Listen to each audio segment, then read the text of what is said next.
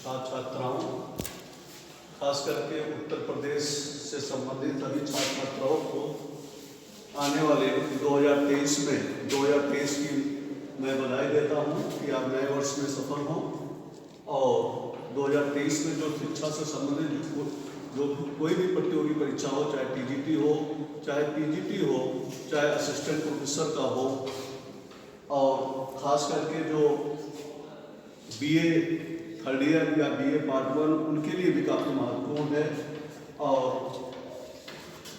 मैं doctor Shailendra Kumar Mishra YouTube पर एक नया चैनल टारगेट विद शैलेंद्र के नाम से बनाया हूँ, टारगेट विद शैलेंद्र के नाम से। तो अगर समय समय पर हम सभी प्रतियोगी परीक्षाओं का मार्गदर्शन करते रहते हैं। अगर आप चाहते हैं तो हमारे वीडियो को सब्सक्राइब कीजिए, लाइक कीजिए, जिससे कि हम जो भी वीडियो बनाएं आपको मिलता रहे और नोटिफिकेशन मिलता रहे, जिससे सर्वप्रथम आपको मिले। तो आने वाले विशेषकर से पीजीटी, टीजीटी, असिस्टेंट प्रोफेसर और उसके अतिरिक्त BA part 1, BA second year, BA third year के सभी छात्रों को लाभ मिलेगा। तो आते हैं अगले क्वेश्चन। उड़ीसा के समस्त मंदिर समानता किस शैली में निर्मित है? नागर शैली, बेसर शैली में, द्रविड़ शैली में, कि इनमें से कोई नहीं? सही है, नागर शैली। तो सही बताया आपने। उड़ीसा के समस्त मंदिर समानता नागर शैली में मिलते हैं। बहुत अच्छे भाई, नागर शैली। निम्नलिखित में से कौन अपने पिता के अभियानों के क्रम में सैनिक छावनी में जन्म लिया था? मिहिर भोज, अमोघवर्ष, नागभट्ट, धर्मपाल। तो बताएं। हमको लगता है धर्मपाल।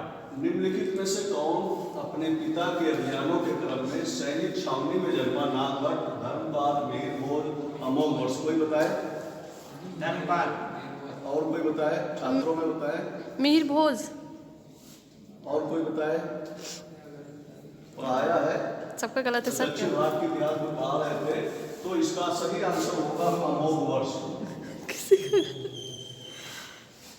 अपने पिता के अभियानों के सैनिक छावनी में जन्म लेने वाला यह पहला शासक है। महानतम प्रतिहार शासक कौन था, उसका नाम बताएं।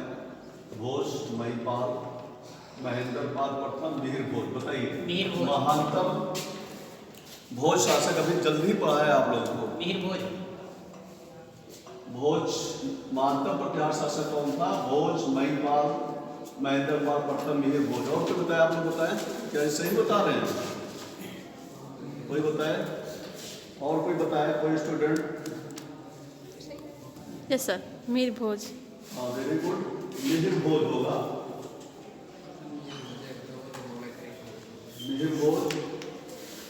अगला क्वेश्चन है, पालों के काल में कच्छर कला की जो नवीन शैली जन्मी, उसके प्रवर्तक कौन थे? धीमान थे, विटपाल थे, कि धीमान एवं विटपाल थे, कि विटपाल एवं पाहिल थे? सविटपाल। धीमान, विटपाल और धीमान एवं विटपाल या विटपाल एवं पाहिल? सविटपाल। बताए। तो इसका सही आंसर होगा धीमान एवं विटपाल होगा। पालों के काल में कच्छर कला की जो नवीन शैली जन्मी, उसके प्रवर्तक धीमान एवं विटपाल थे। दिल्ली सल्तनत में सिंहासन पर बैठने वाला सर्वाधिक वृद्ध सुल्तान कौन था? सबसे बूढ़ा सुल्तान कौन था? गयासुद्दीन बलबन था, कि बालोर लोधी था, कि गयासुद्दीन तुगलक था, कि जलालुद्दीन फिरोज शाह खिलजी था? बताइए। गयासुद्दीन तुगलक। और कोई बताए? और कोई बताए? तो इसका सही आंसर होगा जलालुद्दीन फिरोज शाह खिलजी। ये लगभग 80 वर्ष की अवस्था में दिल्ली का सुल्तान बना था। खिलजी वंश का ये संस्थापक है और सबसे अधिक उम्र इसे सुल्तान बनने का सौभाग्य प्राप्त हुआ।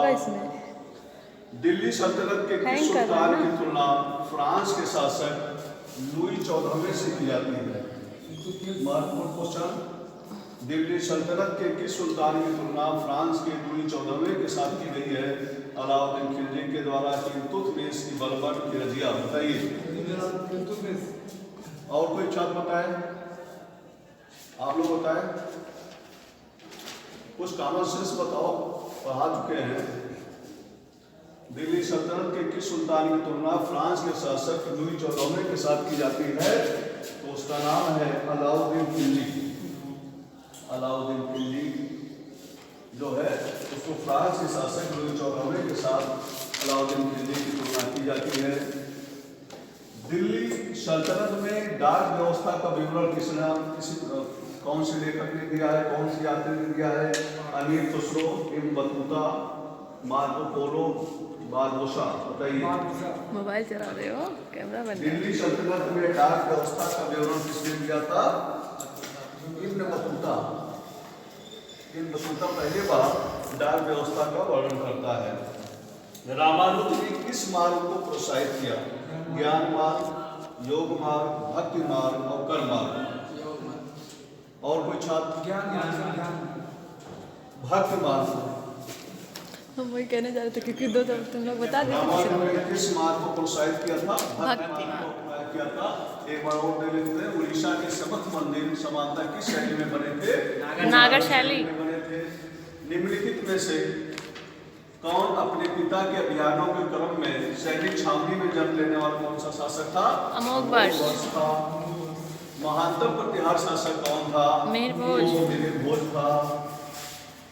पालों के काल में तक्षण कला की जो नवीन शैली जन्मी उसके प्रवर्तक कौन थे? धीमान एवं विटपाल थे।